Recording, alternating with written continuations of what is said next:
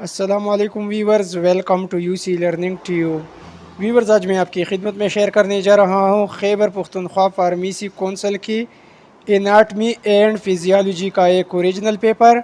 यहाँ पर दोस्तों ये एनाटमी और फिजियोलॉजी का एक ओरिजिनल पेपर है। यहाँ पर आप देख सकते हैं फर्स्ट ईयर का है ये। सवाल नंबर 1 है, human cell does not contain. इंसानी सेल में दोस्तों सेल वॉल नहीं होता। सेल वॉल प्लांट सेल में पाया जाता है। तो करेक्ट ऑप्शन नंबर ए है। सवाल नंबर 2 है, in which of the following field we study internal structure. Internal structure की स्टडी दोस्तों एनाटमी में की जाती है। ऑप्शन ए में हिस्टोलॉजी लिखा है, हिस्टोलॉजी में टिश्यू की स्टडी की जाती है। ऑप्शन सी में डिफरेंट पार्ट्स, बॉडी के डिफरेंट पार्ट्स की फंक्शन की स्टडी को फिजियोलॉजी कहा जाता है। एकोलॉजी एक ऑर्गेनिज्म की स्टडी कि वो अपने माहौल पर किस तरह असरअंदाज होता है, तो इसी को एकोलॉजी कहा जाता है। सवाल नंबर 3 है, the part of the body which is present toward the upper side is called. Upper side वाली पार्ट को दोस्तों सुपेरियर कहा जाता है और लोअर बॉडी पार्ट्स को इन्फेरियर कहा जाता है। करेक्ट ऑप्शन यहाँ ऑप्शन सी है। ये भी याद रखिए, पीछे यानी बैक साइड को डार्सल कहा जाता है। सवाल नंबर 4 है, filtration phenomena occur in Bowman's capsule. Correct option D है। सवाल नंबर 5 है, bile juice store in. Bile juice दोस्तों लीवर इसको खारिज करती है और गाल ब्लेडर बाइल जूस को स्टोर कर देती है। करेक्ट ऑप्शन ए है। सवाल नंबर 6 है, the part of the body present away from the mid line. Mid line से दूर वाले बॉडी पार्ट को दोस्तों लेटरल कहा जाता है। ऑप्शन बी लगेगा। ऑप्शन ए भी याद रखिए, मीडियल। मीडियल दोस्तों हमारी बॉडी के दरमियान वाले पार्ट को मीडियल कहा जाता है और हमारी बॉडी के दरमियान वाले हिस्से के करीब जो पार्ट्स, जो बॉडी पार्ट्स होते हैं, उन्हीं पार्ट्स को मीडियल कहा जाता है। Medial part of the body, इसको मीडियल इसलिए कहा जाता है कि ये हमारी बॉडी के दरमियानी हिस्सा के करीब मौजूद होते हैं।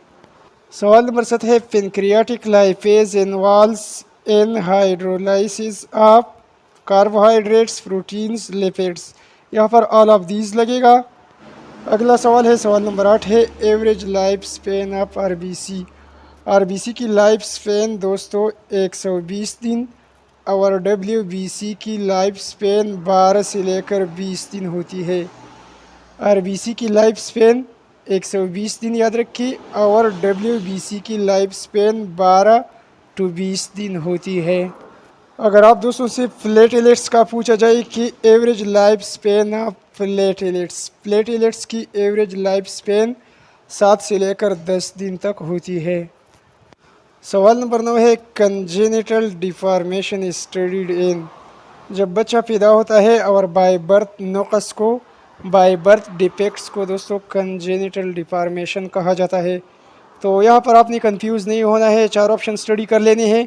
हिस्टोलॉजी टिश्यू की स्टडी को कहा जाता है। एम्ब्रियोलॉजी में इसमें दोस्तों एम्ब्रियोलॉजी में द स्टडी ऑफ एम्ब्रियो को एम्ब्रियोलॉजी कहा जाता है। Cytology the study of cell को कहा जाता है।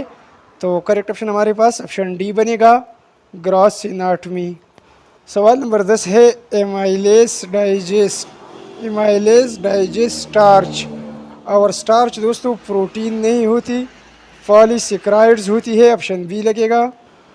सवाल नंबर 11 है, alveoli have close contact with capillaries. Option C ठीक है। सवाल नंबर 12 है, anaemia due to deficiency of vitamin B12 and folic acid.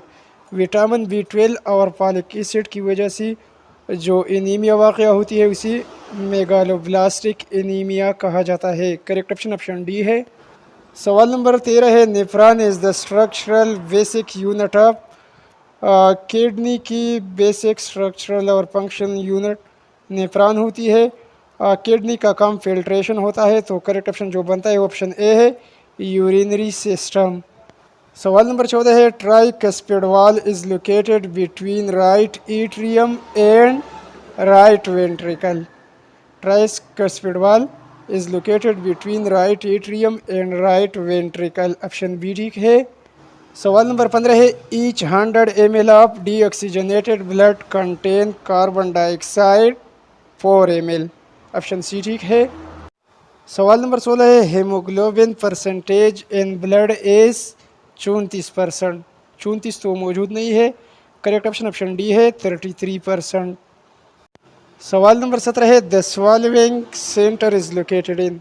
स्वेल्विंग दोस्तों निगलने या हजम करने को कहा जाता है। The swallowing centre is located in medulla. Fail option ठीक है। सवाल नंबर 18 है all bones produce RBC up to the age of. तमाम हड्डियाँ आरबीसीज प्रोड्यूस करती है up to the age of 20 साल तक। तो यहाँ पर इसी क्वेश्चन में मुझे गलती नज़र आ रही है। वीवर्स यहाँ पर ये सवालात तो KPK फार्मेसी कौंसल के हैं, लेकिन ये सवालात हर किस्म के इम्तिहान ख्वाह वो MDCAT का हो, ईटा का हो, नर्सिंग का हो या मेडिकल टेक्नीशियन का हो, उन तमाम टेस्टों में ये सवालात आते रहते हैं। तो आप दोस्तों ने वीडियो को आखिर तक देखनी है। सवाल नंबर 19 है the human body is composed of 4 tissues. हमारी बॉडी 4 टिश्यूज़ से बनी है। वो 4 टिश्यूज़ कौन कौन सी है याद कर लीजिए। पहले नंबर पर कनेक्टिव टिश्यू, दूसरे नंबर पर एपिथेलियल टिश्यू, तीसरे नंबर पर मसल टिश्यू और चौथे नंबर पर नर्वस टिश्यू है, याद कर लीजिए। सवाल नंबर 20 है large cartilage about trachea is thyroid cartilage. Option B लगेगा। आगे बढ़ने से पहले दोस्तों अगर आप दोस्त किसी भी किस्म की मेडिकल टेक्नीशियन, नर्सिंग या MDCAT टेस्ट के लिए तैयारी कर रहे हैं तो हमारे चैनल को ख़ुद भी सब्सक्राइब कीजिए और अपने दोस्तों को भी बताइए कि वो हमारे चैनल UC लर्निंग ट्यूब को सब्सक्राइब करें। सवाल नंबर 21 है soluble protein in blood is 7%। Option A लगेगा। सवाल नंबर 22 है sebaceous gland involve in. Sebaceous gland हमारी जिस्म को मॉइस्चर रखती है, हमारी स्किन को मॉइस्चर नरम व मुलायम रखती है। तो यहाँ पर लुब्रिकेशन, सिक्रीशन, एक्सक्रीशन ये तीनों करेक्ट है। सीबेशियस ग्लैंड को दोस्तों ऑयल ग्लैंड भी कहा जाता है, ऑयल ग्लैंड। सवाल नंबर 23 है time period required to travel chyme entire length of colon 36 hour. यहाँ पर 36 का हावर्स का ऑप्शन मौजूद नहीं है, नन ऑफ द अबव लगेगा। सवाल नंबर 24 है which of the following vitamin play an important role in blood clotting.